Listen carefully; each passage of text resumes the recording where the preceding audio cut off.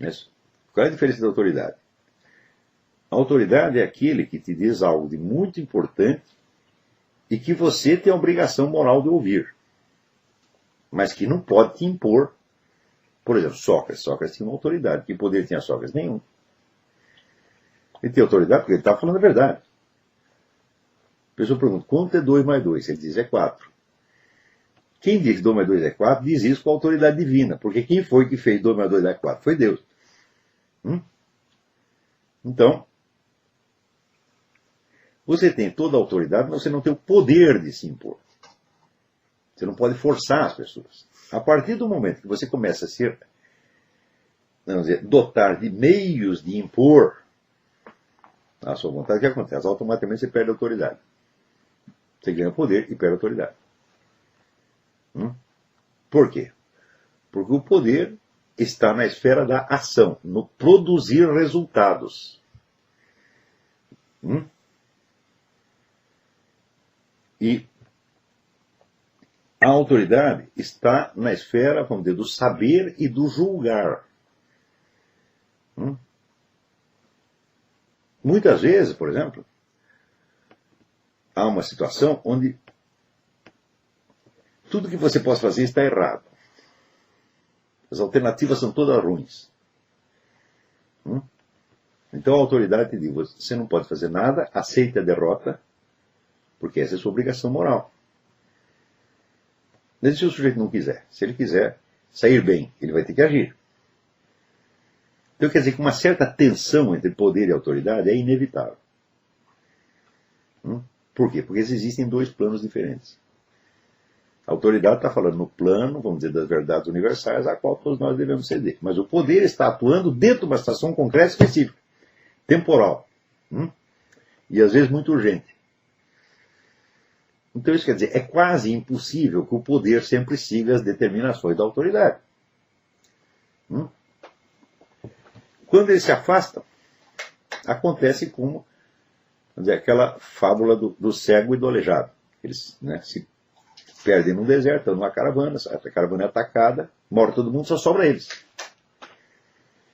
Então, qual é a coisa natural? O aleijado subir no ombro do cego, o cego, quer dizer, o cego carrega o aleijado, e o aleijado indica o caminho. Então essa é a imagem, quer dizer, a autoridade enxerga, e o poder age. Quando elas se separam, bom, um dos dois vai se ferrar, ou ambos. Não.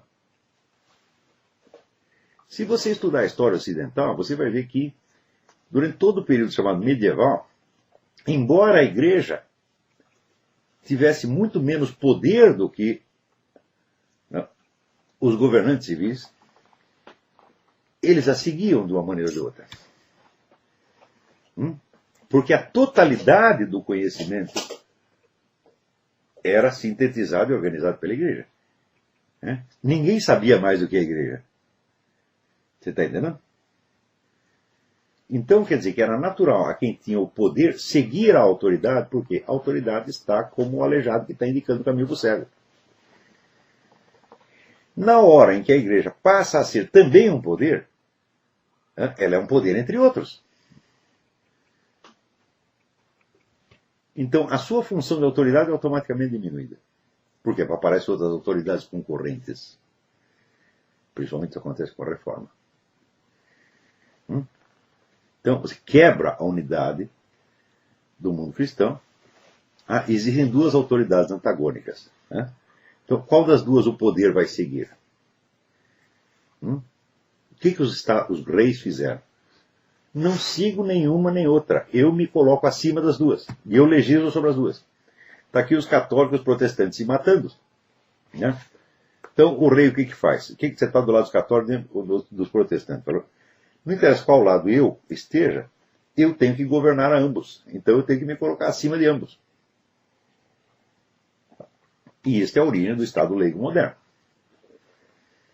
Que é o Estado que não está travado por nenhuma autoridade intelectual. É o Estado no qual o poder tem o horizonte livre. Não precisa dizer que tudo que sucedeu de mal em seguida é por causa disso. Quer dizer, quando as pessoas lamentam que, né, a Revolução Francesa cortou a cabeça do rei, fala, mas o rei já tinha cortado a cabeça da igreja. Né? Ele foi o rei foi o primeiro revolucionário, evidentemente, do Ocidente. Né?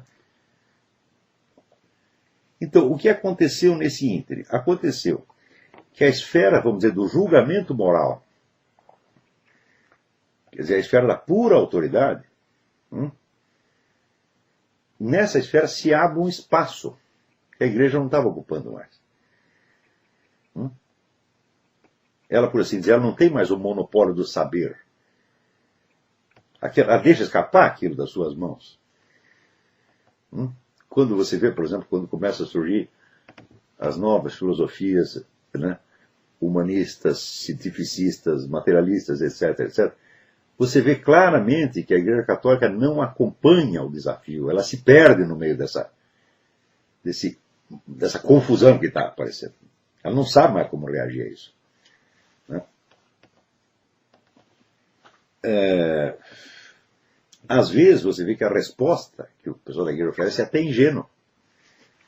Em face da complexidade do que os seus inimigos estão armando. Quando você lê, por exemplo, a obra do Abade Barruel, a história do jacobinismo, né?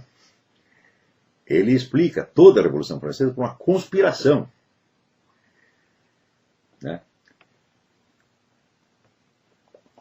Entre intelectuais e o rei da Prússia, Frederico, rei da Prússia. E, bom, isso foi uma das causas, sem dúvida, mas isso não é tudo. Tá certo?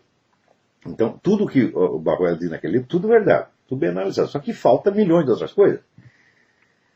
Não? Bom, um dos fatores que falta é justamente esse do qual eu estou falando aqui, que é o surgimento de novas formas de autoridade. A autoridade é aquela que faz o julgamento, incluir o julgamento moral, de aprovação ou condenação, sem ter os meios de impor aquilo a ninguém.